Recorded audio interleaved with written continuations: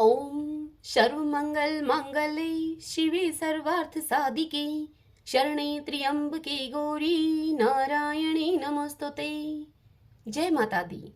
आप सभी भक्तों का हमारे यूट्यूब चैनल श्री कृष्ण दीवानी में हार्दिक स्वागत है। आज चैत्र मास का 7वां दिन है।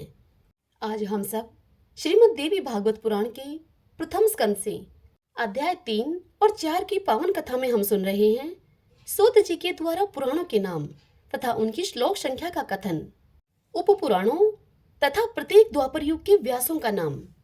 और इसी कथा के साथ सुनेंगे नारद जी के द्वारा व्यास जी को देवी की महिमा बताना। तो आइए अब कथा को सुनते हैं। सूत जी बोले, हे मुनीश्वर वृंद, सत्यवती सूत वेद व्यास जी से मैंने जिस प्रकार तत्व पूर्वक पुराणों को सुना है उसे मैं आप लोगों से कहता हूँ, सुनिए।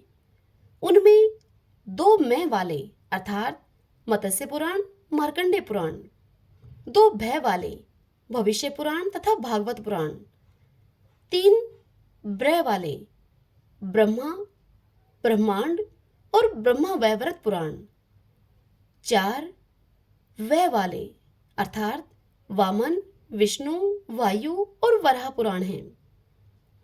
ए वाला अग्नि पुराण है, ना वाला नारद पुराण है, पै वाला पद्म पुराण है, ली वाला लिंग पुराण है, गै वाला गरुड़ पुराण है, कु वाला कूर्म पुराण है, स्कै वाला स्कंद पुराण है।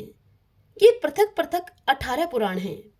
उनमें आदि के मत्स्य पुराण में 14,000 अत्यंत अद्भुत, मार्कंडेय पुराण में 9,000 तथा भविष्य पुराण में 14,500 श्लोक संख्या तत्वदर्शी मुनियों ने बताई है। पवित्र भागवत पुराण में 18,000 और ब्रह्मा पुराण में 10,000 श्लोक हैं। ब्रह्मांड पुराण में 12,100 तथा ब्रह्मा वैवर्त पुराण में 18,000 श्लोक हैं। हे शौनक, वामन पुराण में 10,000 तथा वायु पुराण में 24,600 श्लोक हैं। उस परम विचित्र विष्णु पुराण में 23,000, वराह पुराण में 24,000, अग्नि पुराण में 16,000 तथा नारद पुराण में 25,000 श्लोक कहे गए हैं। विशाल पद्म पुराण में 55,000 और लिंग पुराण में 11,000 श्लोक हैं। इसी प्रकार साक्षात भगवान के द्वारा कहे हुए गरुड़ पुराण में 19,000 तथा कूर्म पुराण में 17,000 श्लोक हैं। परम विचित्र स्कंद पुराण में 81,000 श्लोक कहे गए हैं। हे पाप रहित मुनियों, सुनिए। इस प्रकार मैंने पुराणों तथा उनके श्लोकों की संख्या विस्तार पूर्वक आपको बतला दी है। हे मुनिवरों, अब उप पुराणों की भी संख्या सुनिए। उनमें सर्वप्रथम उप पुराण सनत कुमार है। तत्पश्चात नरसिंह, नारदीय, शिव, दुर्वासा, कपिल, मनु, उष्णा, वरुण, कालिका, सांब, नदी, शोर, पराशर, आदित्य, माहेश्वर, भागवत तथा 18वां वशिष्ठ हैं। ये सब उपपुराण महात्माओं के द्वारा बताए गए हैं। सत्यवती तनय वेद व्यास जी ने 18 पुराणों की रचना करने के बाद उन्हीं विषयों से विस्तार पूर्वक उस अतुलनीय महाभारत का प्रणयन किया। प्रत्येक द्वापर युग में भगवान वेद व्यास जी ही धर्म रक्षार्थ पुराणों की यथाविधि रचना करते रहते हैं। जब जब द्वापर युग आता है तब तब साक्षात विष्णु भगवान ही व्यास जी के रूप में अवतीर्ण होकर सर्वलोक हितार्थ वेद के अनेक भेदों उपभेद करते हैं। विशेषकर कलयुग में ब्राह्मणों को अल्पायु एवं अल्प बुद्धि जानकर वे युग युग में पवित्र पुराण संहिताओं का निर्माण करते हैं। स्त्रियों, शूद्रों तथा भ्रष्ट द्विजातियों को वेद श्रवण का अधिकार नहीं है, इसलिए उनके कल्याण के लिए व्यास जी ने पुराणों की रचना की है। हे श्रेष्ठ मुनिगण, इस वैवस्वत नामक शुभ 7वें मनवंतर के 28वें द्वापर युग में परम धर्मनिष्ठ सत्यवती पुत्र मेरे गुरु श्री व्यास जी हुए और 29वें द्वापर में द्रोणी नाम के व्यास होंगे। इनके पूर्व भी 27 व्यास हो चुके हैं, जिन्होंने प्रत्येक युग में अनेक पुराण संहिताएं रची हैं। यह सुनकर ऋषियों ने कहा कि हे महाभाग सूत जी, अब आप पूर्व काल में प्रत्येक द्वापर युग में अवतीर्ण हुए पुराण वक्ता व्यासों की कथा कहिए। तब सूत जी उनसे बोले, हे ऋषियों, सुनिए। सृष्टि के बाद सर्वप्रथम द्वापर युग में स्वयं ब्रह्मा जी ने ही व्यास के रूप में प्रकट होकर वेदों का विभाजन किया। दूसरे द्वापर में प्रजापति व्यास बने। तीसरे द्वापर में शुक्राचार्य बने, चौथे द्वापर में बृहस्पति बने, पांचवें में सूर्य बने तथा छठे में यमराज ही साक्षात व्यास बने थे। सातवें द्वापर में इंद्र, आठवें में वशिष्ठ मुनि बने, नौवें में सारस्वत और 10वें द्वापर में त्रिधामाजी व्यास हुए। 11वें में त्रिवर्ष, 12वें में भारद्वाज मुनि बने, 13वें में अंतरिक्ष बने और 14वें द्वापर में धर्मराज स्वयं व्यास बने। 15वें द्वापर में त्रयारुणी, 16वें में धनंजय बने, 17वें में मेधातिथि तथा 18वें द्वापर में वर्ती मुनि व्यास हुए। 19वें में अत्रि, 20वें में गौतम और 21वें द्वापर में हरिआत्मा उत्तम नामक व्यास कहे गए हैं। 22वें में वाज शर्वावेन, 23वें में आमुष्यायन सोम और 24वें में तृणविंदु तथा 25वें द्वापर में भार्गव व्यास हुए। 26वें में शक्ति, 27वें में जातुकर्ण्य और 28वें द्वापर में कृष्ण द्वैपायन जी व्यास हुए।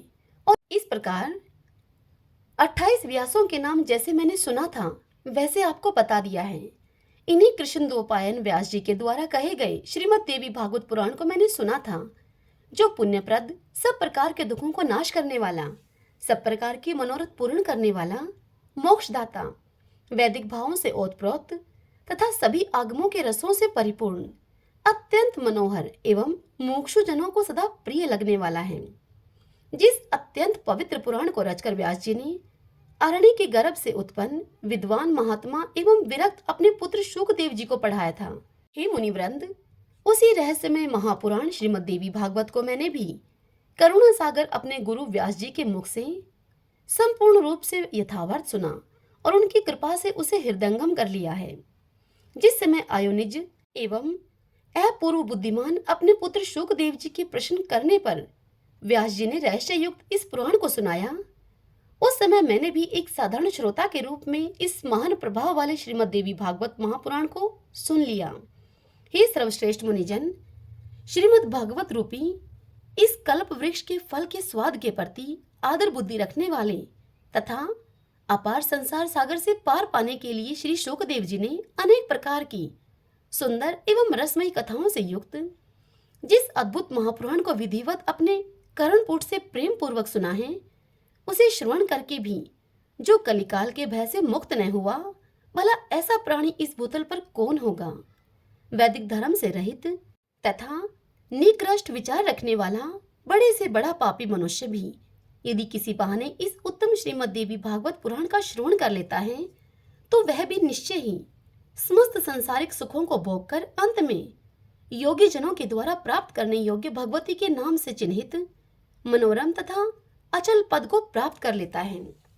जो प्राणी इस श्रीमद् देवी भागवत पुराण को प्रतिदिन प्रेम से सुनता है, उसके हृदय रूपी गुहा में विष्णु, शिव आदि देवताओं के लिए भी दुर्लभ सर्वश्रेष्ठ विद्या रूपणी सजनों की एकमात्र प्रिया, गुणातीता एवं समाधि के द्वारा जानने योग्य वे भगवती निवास करने लगती हैं। अतः सर्वांग सुंदर इस मानव तन को पाकर संसार सागर के अगाध सलील से पार होने के लिए जलयान के समान परम सुखदायी श्रीमद् देवी भागवत पुराण एवं उसके वक्ता को प्राप्त करके भी जो मूर्ख इसका श्रवण नहीं करता, वह विधाता के द्वारा वंचित ही कहा जाएगा। इस दुर्लभ मनुष्य देह में दोनों कानों को प्राप्त करके भी जो सांसारिक मनुष्य केवल दूसरों के दुर्गुणों को ही सुना करता है, वह अधम मंद बुद्धि चारों उत्तम पदार्थों को देने वाला तथा सब रसों से परिपूर्ण इस निर्मल पुराण को भूतल पर क्यों नहीं सुनता। इतनी कथा सुनकर सभी ऋषिगण बोले, हे सूत जी, हे सौम्य, महर्षि व्यास की किस पत्नी से शुकदेव जी उत्पन्न हुए, उनका जन्म किस प्रकार से हुआ और किस प्रकार से उन्होंने इस संहिता का सम्यक अध्ययन कर लिया, आपके द्वारा ही वे अयोनिज कहे गए हैं, तो फिर अरण्य से उनकी उत्पत्ति कैसे हुई। हे महामते, इसमें हमें महान संशय हो रहा है, आप उसका समाधान करें। हम लोगों ने पहले ही सुना है कि महातपस्वी श्री शुकदेव जी गर्भ योगी थे। ऐसी स्थिति में उन्होंने इतने विस्तृत पुराण श्रीमद् देवी भागवत का अध्ययन कैसे कर लिया।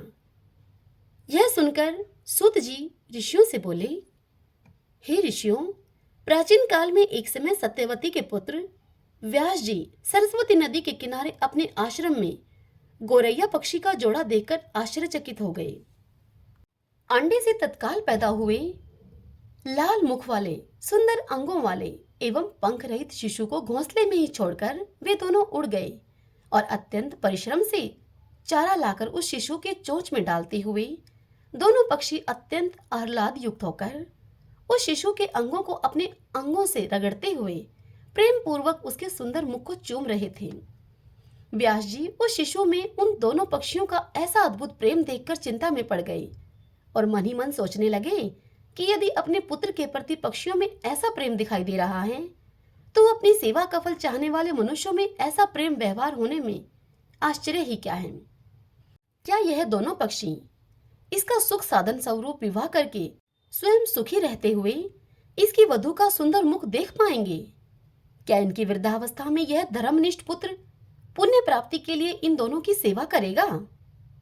धन आदि अर्जित करके क्या यह अपने माता पिता को संतुष्ट रखेगा?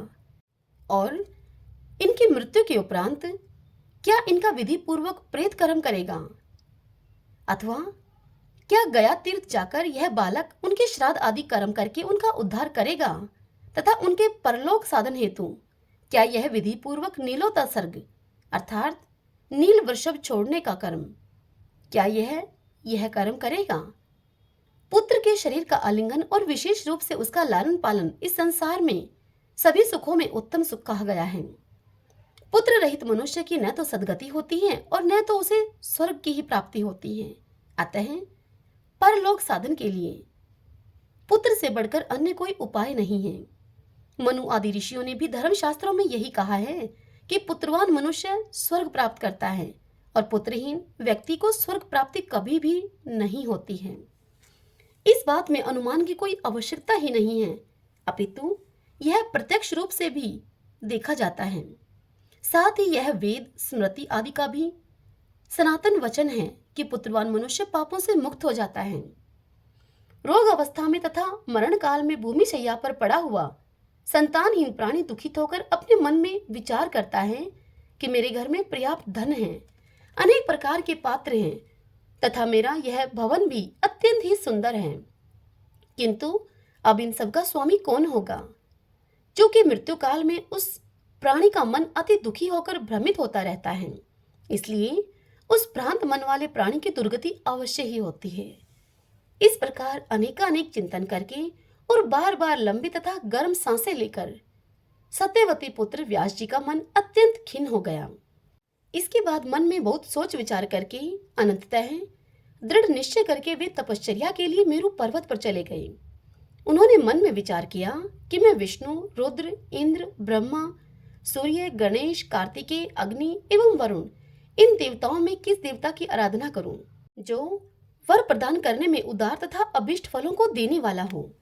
इस प्रकार व्यास जी विचार कर ही रहे थे कि उसी समय संयोगवश मुनि श्रेष्ठ नारद जी हाथों में वीणा धारण किए हुए वहां पर आ पहुंचे। उन्हें देखकर सत्यवती पुत्र व्यास जी अत्यंत प्रसन्न हुए और उन्होंने आरोग्य तथा आसन प्रदान करके उन मुनि से कुशल क्षेम पूछा। कुशल प्रश्न सुन लेने के पश्चात मुनिवर नारद जी ने उनसे पूछा कि हे द्वापायन, आप किस कारण से चिंताग्रस्त हैं, मुझे बताइए। तब व्यास जी उनसे बोले कि हे नारद जी, संतानहीन व्यक्ति की सद्गति नहीं होती और कभी भी उसके मन में सुख की अनुभूति नहीं होती है। इसी बात को लेकर मैं अत्यंत दुखित हूँ और बार बार यही सोचता रहता हूँ। मैं अभिलषित फल देने वाले किस देवता को अपनी तपह साधना से प्रसन्न करूं? इसी चिंता में पड़ा हुआ मैं अब इसके समाधान हेतु आपकी शरण में हूं। हे महर्षि, आप सब कुछ जानने वाले हैं। हे कृपा सिंधु, आप मुझे शीघ्र ही बताइए कि मैं किस देवता की शरण में जाऊं जो प्रसन्न होकर मुझे पुत्र प्रदान कर दे। इस कथा को सुनाते हुए सूत जी आगे कहते हैं कि व्यास जी के द्वारा इस प्रकार पूछे जाने पर वेदवेता तथा महामना महर्षि नारद अत्यंत प्रेम पूर्वक कृष्ण द्वैपायन से कहने लगे। नारद जी बोले, हे पराशर तनय, हे महाभाग, आपके द्वारा जो प्रश्न यहाँ मुझसे पूछा गया है वैसा ही प्रश्न पूर्व काल में मेरे पिता ब्रह्मा जी ने मधुसूदन भगवान विष्णु से किया था। मेरे पिता ब्रह्मा जी कौस्तुभ मणि की प्रभा से दीप्तिमान शंख चक्र गदा और पद्म धारण करने वाले, पीत वस्त्र धारण करने वाले, 4 भुजाओं वाले, श्रीवत्स चिन्ह से विभूषित वक्ष स्थल वाले, सभी लोकों के कारण स्वरूप देवादिदेव जगतगुरु जगदीश्वर वासुदेव देवेश जगतपति श्रीनाथ विष्णु को ध्यान में अवस्थित होकर कठोर तप करते हुए देखकर मेरे पिता अत्यंत विस्मय में पड़ गए और उन्होंने उनसे पूछा। ब्रह्मा जी बोले, हे देवादिदेव, हे जगन्नाथ, हे भूत भविष्य वर्तमान के स्वामी, आप किस लिए यह कठोर तपस्या कर रहे हैं? हे जनार्दन, आप किसके ध्यान में लीन हैं? हे देवेश, मैं परम विस्मय में पड़ गया हूं आपको देखकर कि समस्त विश्व का स्वामी होते हुए भी आप ऐसा ध्यान कर रहे हैं। भला इससे बढ़कर अन्य कौन सी विचित्र बात होगी? आपके नाभि कमल से प्रादुर्भूत होकर मैं संपूर्ण लोकों के कर्ता के रूप में अधिष्ठित हूँ। हे लक्ष्मीपते, आपसे भी श्रेष्ठतर कौन देवता है? उस देवता को मुझे आप बताइए। हे जगन्नाथ, मैं तो यही जानता हूँ कि आप ही आदि स्वरूप, सबके कारण, निर्माता, पालनकर्ता, संहारकर्ता और सभी कार्यों को संपादित करने वाले हैं। हे महाराज, आपकी इच्छा से ही मैं इस जगत के रचना कार्य में प्रवृत्त होता हूँ और आपकी ही इच्छा से, आपके ही आदेश से शंकर जी प्रलय अवस्था में जगत का संहार करते हैं। हे ईश, आपकी आज्ञा से ही सूर्य आकाश में नियमित रूप से भ्रमण करता है, शुभ तथा अशुभ हवा चलती है, अग्नि ताप धारण करती है और मेघ वृष्टि करता है। आप किस देवता का ध्यान कर रहे हैं? यह मेरी महती शंका है। मैं तो तीनों लोकों में आपसे बढ़कर अन्य किसी देवता को नहीं जानता हूँ। हे सुव्रत, मैं आपका भक्त हूँ, अतः कृपा करके अपनी तपस्या का रहस्य मुझे बताइए, क्योंकि यह सर्वविदित है कि महान लोग अपने भक्तों से कुछ भी गोपनीय नहीं रखते हैं। ब्रह्मा जी का इस प्रकार का वचन सुनकर भगवान विष्णु उनसे बोले, हे ब्राह्मण, आपको अपने मन की बात बताता हूँ, आप उसे एकाग्रचित होकर सुने।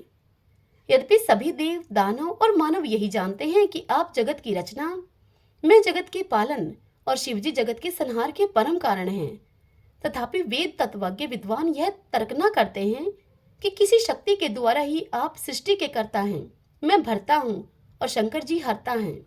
इस जगत की रचना के लिए आप में राजसी शक्ति विद्यमान है, मुझ में सात्विकी शक्ति स्थित है और शिवजी में तामसी शक्ति बताई गई है। उस शक्ति के न रहने पर आप न तो सृष्टि रचना कर सकते हैं, न मैं पालन कार्य करने में समर्थ हो सकता हूँ और न तो शंकर जी संहार कर सकते हैं। हे विभो, हम सभी निरंतर उसी शक्ति के अधीन रहते हैं। हे विभो, हम सभी निरंतर उसी शक्ति के अधीन रहते हैं। हे सुवर्त, अब प्रत्यक्ष तथा परोक्ष से संबंधित दृष्टांत भी आप सुनिए। इसमें कोई संशय नहीं कि मैं परतंत्र होकर शेष शैया पर शयन करता हूँ और उसी शक्ति के अधीन होकर समय पर काल का वशीवर्ती होकर मैं शयन से उठता हूँ। उसी शक्ति का अवलंबन प्राप्त करके मैं सदा तपश्चरण करता रहता हूँ। मैं कभी लक्ष्मी के साथ सुखपूर्वक विहार करता हूँ और कभी दानवों के साथ अत्यंत भीषण शरीर को चूर्ण कर देने वाला तथा लोगों को भयभीत कर देने वाला युद्ध भी करता हूँ। हे धर्मज्ञ, आप यह तो प्रत्यक्ष जानते हैं कि पूर्व समय में मेरे द्वारा उस महासिंधु में 5000 वर्षों तक भीषण बाहु युद्ध किया गया था। हे देव, कान की मैल से उत्पन्न अत्यंत दुष्ट मदोन्मत्त तथा अहंकारी मधु कैटब नामक दोनों दानवों का मैंने देवी की कृपा से ही संहार किया था। हे महाभाग, क्या आप उस समय परात्पर कारण स्वरूपा महाशक्ति को नहीं जान पाए थे? अतः बार बार क्यों पूछ रहे हैं?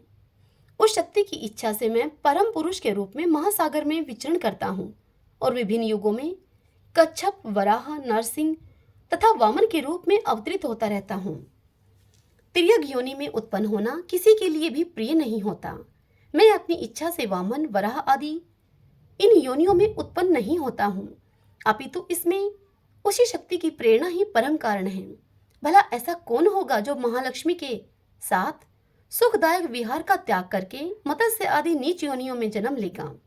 यदि मैं स्वतंत्र होता तो सुखदायिनी शैया को छोड़कर गरुड़ रूपी आसन पर बैठकर महाभयंकर युद्ध क्यों करता? हे अज, प्राचीन काल में एक बार आपके समक्ष ही धनुष की प्रत्यंचा टूट जाने के कारण मेरा सिर छिन्न हो गया था। तब शिल्पकारों में श्रेष्ठ आपने फिर से मेरे धड़ पर घोड़े का सिर जोड़ दिया था। हे लोक निर्माता, उसी समय से मैं हयग्रीव नाम से लोक प्रसिद्ध हुआ। यह सब आपके सामने घटित हुआ था। यदि मैं स्वाधीन होता तो संसार में यह विडंबना कैसे होती। अतएव मैं स्वतंत्र नहीं हूँ, अपितु सर्वथा उसी शक्ति के अधीन हूँ। मैं निरंतर उसी शक्ति का ध्यान करता रहता हूँ। हे कमलोद्भव, मैं इसके अतिरिक्त अन्य कुछ भी नहीं जानता।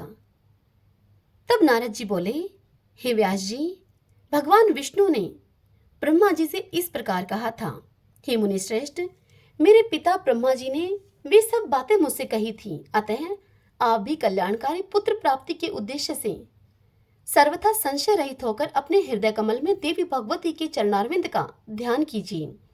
वे देवी आपके समस्त अभिलषित फलों को अवश्य प्रदान करेंगी। सूत जी ऋषियों से बोले कि हे मुनिगणों, नारद जी के ऐसा कहने पर सत्यवती पुत्र व्यास जी देवी के चरणारविंद में अपना ध्यान केंद्रित करते हुए तपश्चर्या हेतु पर्वत पर चले गए। भगतजनों, आज की यह कथा यहीं समाप्त हुई। इससे आगे की कथा कल हम अगले वीडियो में सुनेंगे। कल की कथा में हम सुनेंगे भगवती लक्ष्मी के श्राप से विष्णु का मस्तक कट जाना, वेदों के द्वारा स्तुति करने पर देवी का प्रसन्न होना, भगवान विष्णु के हयग्रीव अवतार की कथा सुनेंगे कल। आज की यह कथा आपको कैसी लगी? वीडियो को लाइक और कमेंट करके मुझे आप अवश्य बताएं। जय माता दी।